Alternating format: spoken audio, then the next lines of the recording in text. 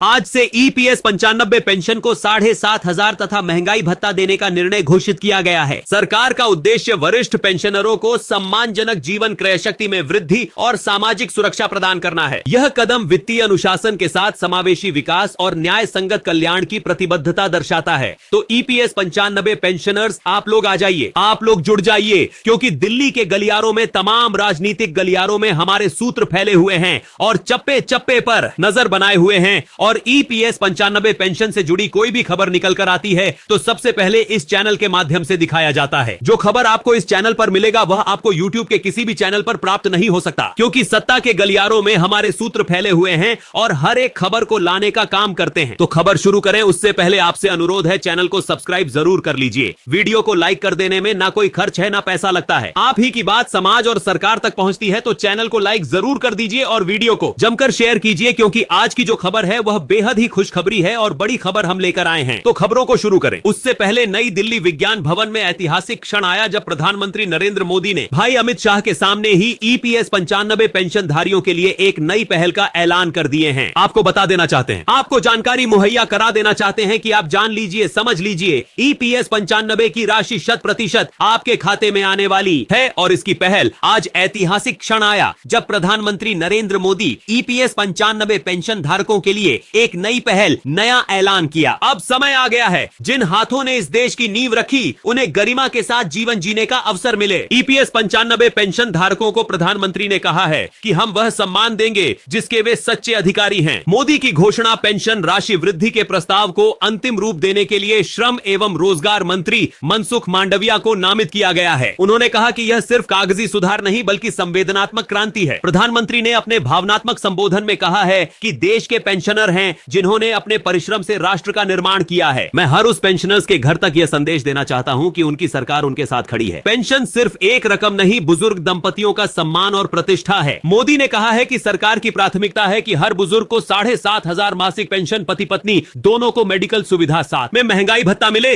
ताकि जीवन स्तर में सम्मानजनक सुधार हो। और इस खबर के सपोर्ट में हम आपको भाई अमित शाह का बयान भी दिखाएंगे। सारा कुछ अपडेट कर देंगे, क्योंकि इस चैनल पर जो खबर आपको देखने को मिलेंगे वो कहीं आपको नहीं मिलेंगे। चप्पे चप्पे पर सूत्र फैले हुए हैं और पल पल की खबरों से आपको अपडेट करने का काम करते हैं। प्रधानमंत्री ने मंच से घोषणा की कि मनसुख मांडविया ईपीएस 95 पेंशन के अभिलेख तैयार करने की जिम्मेवारी सौंपी गई है। किनको? मनसुख जी मांडविया जो केंद्रीय श्रम एवं रोजगार मंत्री हैं। क्या अभिलेख तैयार करने की जिम्मेवारी? उन्होंने कहा कि मांडविया जी ने स्वास्थ्य, श्रम दोनों क्षेत्रों में काम का अनुभव हासिल किया है। मैं उन पर भरोसा करता हूं कि वह जल्द ही एक मजबूत पेंशन प्रस्ताव को मंजूरी देने में हमारा सहयोग करेंगे और पेंशनरों के खाते में राशि पहले पखवाड़े में भेजने की तैयारी को अंतिम रूप देने में सहयोग उनका पूर्ण रूप से प्राप्त होगा। प्रधानमंत्री ने कहा कि पहले की सरकारों ने बुजुर्गों की समस्याओं को चुनावी मुद्दा बनाकर भुला दिया, छोड़ दिया, लेकिन हमारी सरकार ने जनसेवा का धर्म माना है और हमारी नीयत साफ रखी है और नीति को मजबूत बनाया है। मोदी ने कहा कि कभी किसी बुजुर्ग को यह महसूस नहीं होने दिया जाएगा कि वह समाज पर बोझ है। मैं हर पेंशनर से कहना चाहता हूं कि आपका अनुभव इस देश की शक्ति है। ईपीएस 95 पेंशनर को 7,500 मासिक न्यूनतम पेंशन, पति पत्नी दोनों को सरकारी और सूचीबद्ध अस्पतालों में मुफ्त मेडिकल सुविधा, महंगाई भत्ता, डीए को पेंशन से जोड़ दिया गया है। डीबीटी के माध्यम से हर महीने पेंशन खाते में और राज्य सरकारों को साथ मिलाकर स्थानीय स्तर पर पेंशन सहायता केंद्र की स्थापना। प्रधानमंत्री कार्यालय पीएमओ ने बताया कि मांडविया के नेतृत्व में गठित पेंशन पुनर्गठन समिति का रिपोर्ट प्रस्तुत हुआ है और जिन राज्यों से डाटा मांगा गया था वह डाटा भी प्राप्त हुआ है। मोदी जी ने मुस्कुराते हुए कहा कि यह सरकार कागज पर नहीं, जमीन पर काम करती है। यह दिन दूर नहीं जब पेंशनर गर्व से कहेगा कि मैं भारत का पेंशनर हूं और मैं ईपीएस 95 का लाभुक भी हूं। मुझे गर्व है कि मोदी सरकार ने मुझे सम्मान दिया है। मोदी के पेंशन भाषण के बाद सोशल मीडिया पर मामले को लेकर तरह तरह की प्रतिक्रियाएं सामने आ रही हैं, जिसमें पेंशनर प्रधानमंत्री मोदी को बधाई और धन्यवाद ज्ञापित कर रहे हैं। मोदी जी ने कहा कि कार्यक्रम में मांडविया जी ने कहा है कि प्रधानमंत्री मोदी जी ने मुझ पर भरोसा जताया है। ईपीएस 95 पेंशनरों का जीवन बनाना हमारा कर्तव्य है।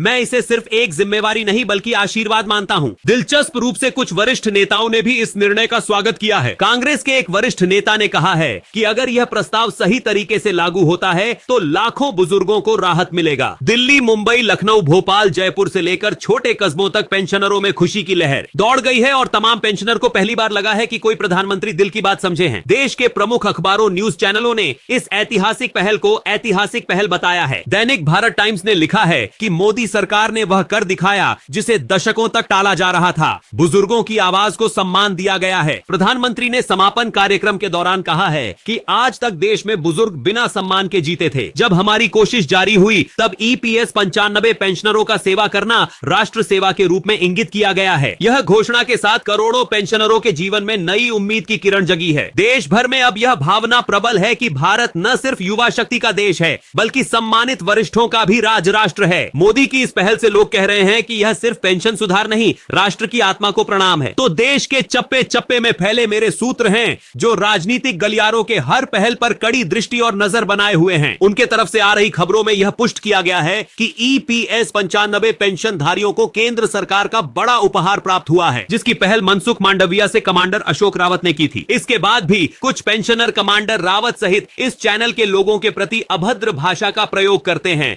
जो कि उनकी विकृत मानसिकता का परिचायक है। इसलिए आप सबसे अनुरोध है कि आप चैनल को सब्सक्राइब जरूर कर लें।